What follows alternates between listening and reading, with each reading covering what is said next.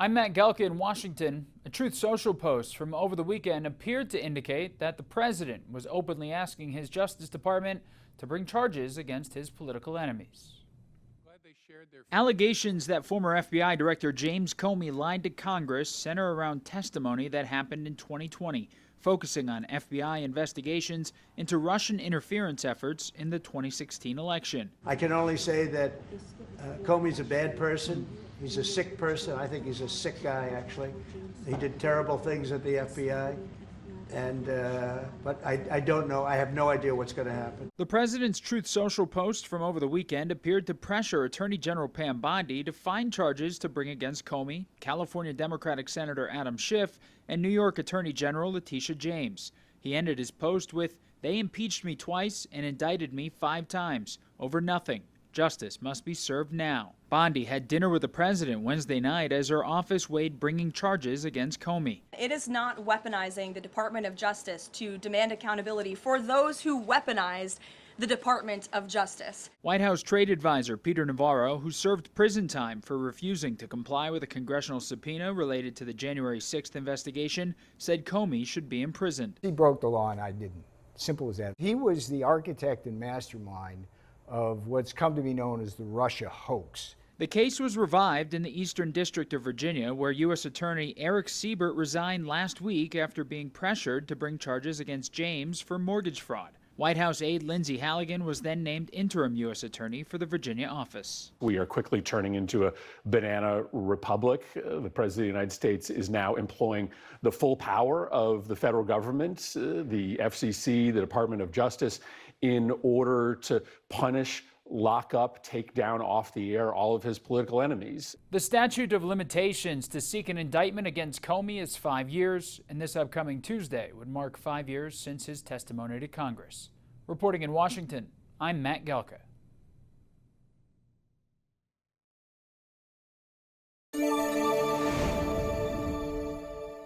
I'm Matt Gelka in Washington. Former FBI Director James Comey was indicted over allegations he lied to Congress. It was the next step in a pressure campaign from the president. The president celebrated the indictment of former FBI Director James Comey. It's about justice, really. It's not revenge. It's about justice. It's also about the fact that you can't let this go on. They are sick, radical left people, and they can't get away with it. And Comey was one of the people. He wasn't the biggest, but he's a dirty cop. Comey was indicted Thursday following pressure from Trump and ahead of a statute of limitations deadline next week. Comey faces 2 counts, making a false statement and obstruction of a congressional proceeding, and has said he's innocent. I'm not afraid, and I hope you're not either. I hope instead you are engaged, you are paying attention, and you will vote like your beloved country depends upon it, which it does. The charges stem from 2020 testimony from Comey. He was asked about older testimony from 2017 when he said he did not authorize any leaks about Russian-related investigations into then-candidates Donald Trump and Hillary Clinton. Have you ever authorized someone else at the FBI to be an anonymous source in news reports about the Trump investigation or the Clinton investigation? No. Former Comey deputy Andrew McCabe said he was authorized to leak in 2018. So your testimony is you've never authorized anyone to leak? And Mr. McCabe, if he says contrary, is not telling the truth. Is that correct? Again, I'm not going to characterize Andy's testimony, but mine is the same today. Comey's lawyers may argue this is all politically motivated in a trial, but the reputational damage and costs might be good enough for a president who has vowed to go after perceived enemies. It's an expensive endeavor. DOJ is bringing the full might of the federal government behind this case. It will be an expensive and time-consuming and also very stressful situation for any defendant. Comey could face a maximum of 5 years in prison if convicted. His arraignment is scheduled for October 9th. Reporting in Washington, I'm Matt Gelka. Now that former FBI Director James Comey has been indicted on 2 federal charges, there are reports more are coming, and soon. Yesterday, Vice President J.D. Vance said on Fox News Sunday there's certainly going to be more indictments during the next 3.5 years of the Trump administration. Joining us now to discuss that and the funding showdown on Capitol Hill is our Washington insider, Armstrong Williams. Good morning to you, sir. Who could be next? Who knows?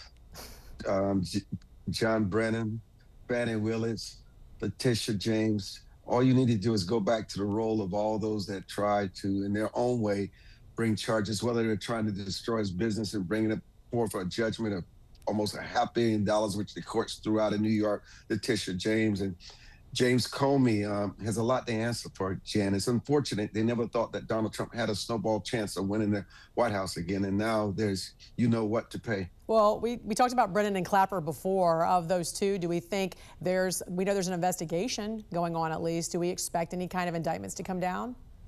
I don't think Clapper, I could be wrong, is on the list. I think Clapper has been cooperating, and Clapper and Brennan never had the close relationship that the media made it out to be. So I got to tell you, there's definitely a list of people that tried to destroy Donald Trump and wanted to see him in jail. And now the opposite could be happening to those that perpetrated, and some of them just outright lied and created lies and evidence against him. I mean, just look at the Trump dossier. Also, there is a big showdown again on the budget with talks of another partial government shutdown. So, you know, the president's going to be meeting with some top congressional leaders today. We know they're going to be meeting there in the Oval Office. What do you think we can expect? What's going to come out of this? Jen, I don't think the president would be meeting if he did not think he had a pathway forward to averting the shutdown. I think on a deeper level, the president kind of wants the government to shut down so he can shutter the agencies and complete the firing and terminations, because he said there would be massive firings. I think Schumer has AOC lurking in the midst. She wants to challenge him in the Senate, and he cooperated the last time. And I don't think it's a principal position for the Democrats. They want to save Obamacare, but they also need to show unity and that they can work together, because so many Americans will be disenfranchised and harmed if the government were to shut down. So Republicans have insisted they're not going to make any concessions. So why wouldn't Democrats just agree to a continuing resolution just to buy some time? What can Democrats gain from a shutdown? Optics, more funding, more fundraising, satisfying their base. This has less to do with principle and more about raising money and satisfying their woke base, which is very dangerous right now, Jan. Also, another story we're following this morning, Armstrong, is, of course, President Trump sending in troops to Portland, Oregon to try and protect ICE agents at facilities there. Right now, local authorities and also officials in Portland are trying to sue and block those federal agents and those troops from coming there. Should the president send reinforcements to all ICE facilities, especially after what happened in Dallas? Listen, we've seen this play out in Los Angeles. We've seen it play out in other places. Look, I've always advocated that you should have the governor's request to bring the National Guard and those troops in. It's much better for everybody in the process. But obviously the president is bent on bringing this crime and destruction under control. The disrespect of the ICE agents should not be tolerated. You may not respect his methods of processes, but obviously it does generate results and send the message that we're not going to tolerate this kind of behavior. Yeah, and what do you make of these officials, these local officials trying to sue to block troops from the National Guard troops from going there? It's usually failed, and by the time they're on the ground, they're there for 2 or 3 months before the courts rule, and you're able to remove them. And then the courts may reinforce itself by going to the Supreme Court saying that the troops can remain. It's just it's a show. And who loses? Well, who gains are these criminals and these people who disrespect law enforcement that continue their behavior. It gives them another reprieve to continue doing the same. Washington Insider Armstrong Williams, great to see you always on a Monday. Thanks for joining us. Thank you, Jan. More indictments against former administration officials are expected now that ex-FBI Director James Comey is facing federal charges. In fact, over the weekend, President Trump also mentioned former FBI Director Christopher Wray, also under a major federal investigation.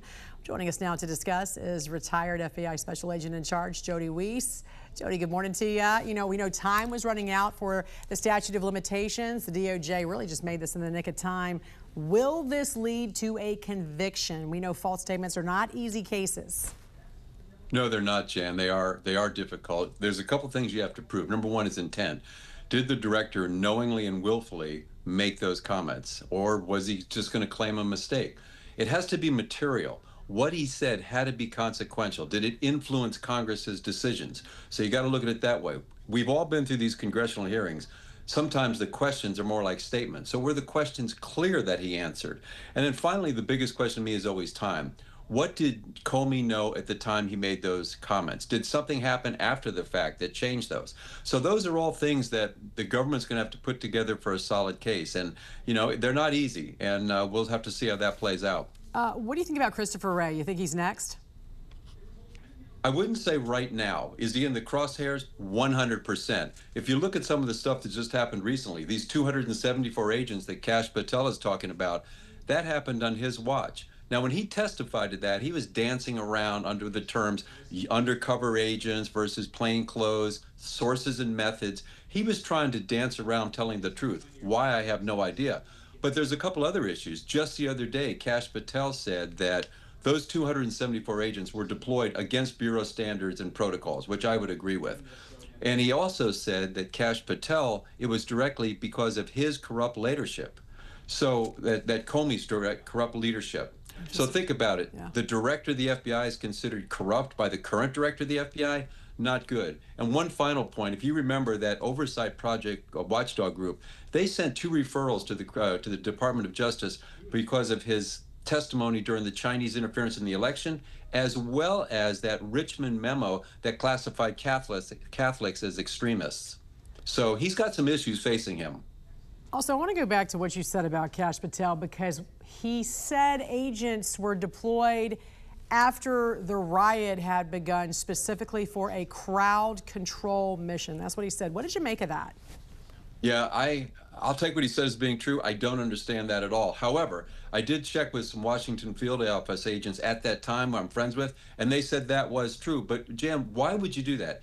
Agents are not trained in crowd control. I was on SWAT for 5 years. We had no training in that whatsoever. They didn't have the gear, they didn't have the training, it's not their mission. And if they're deployed for crowd control, none of them were any type of identification. Right. So why would agents go into a crowd without saying FBI? It's unbelievable to me that this happened. If it did happen this way, what a total disaster of leadership that was. Well, no kidding. And also, why didn't former FBI Director Christopher Wray just admit to it? It doesn't make any sense, especially if they're there to support law enforcement efforts. I mean, clearly there's more to this story, right? Oh, yeah, 100%. If what we are saying today is true, we're going to help out the MPD, why not just say that? You know, they're not going to, crowd control is not their mission. Why wasn't Wray candid about that? There was no sources and methods involved. There was no reason not to be candid. Think back to Assistant Director Jill Sanborn, who I've known for a long time. When asked by Senator Cruz, were there FBI resources there? She claims, I can't answer that question. Why? If they were there for crowd control, why can't you be candid? And why are we just finding about this now? Right. Why has this been held back? And let's go down this road for a minute. Let's just say they were there for crowd control or whatever, and there was nothing nefarious. So if they were there for legitimate reasons to get intel and report what was happening in real time, again, why not just admit that, right? Yeah, I don't know. We did that at the Taste in Chicago. You know how chaotic that could be. And we put about 200 gang investigators into the crowd. Why? For intelligence gathering. If they saw some troublemakers starting to get things riled up, we could delicately pull them out. Nobody would even know they were gone, but it was great intel. So why not use the agents? And that gets back to another point. I would love to look at the pre-planning of this. Why did the president authorize 10,000 National Guard troops there? This should all have been in place. They should have had agents secreted everywhere. There should have been surveillance going on to have a handle to stop any of this from happening. So as this goes on, there's always more questions than answers. But I think with Kash Patel and Pam Bondi and Bongino, I think we do have a team that's going to at least get us those answers, which I think as Americans we all deserve. Retired FBI Special Agent, we sure do. Jody Weis, great to see you, sir. Thanks for joining us this morning. Thanks, Jan.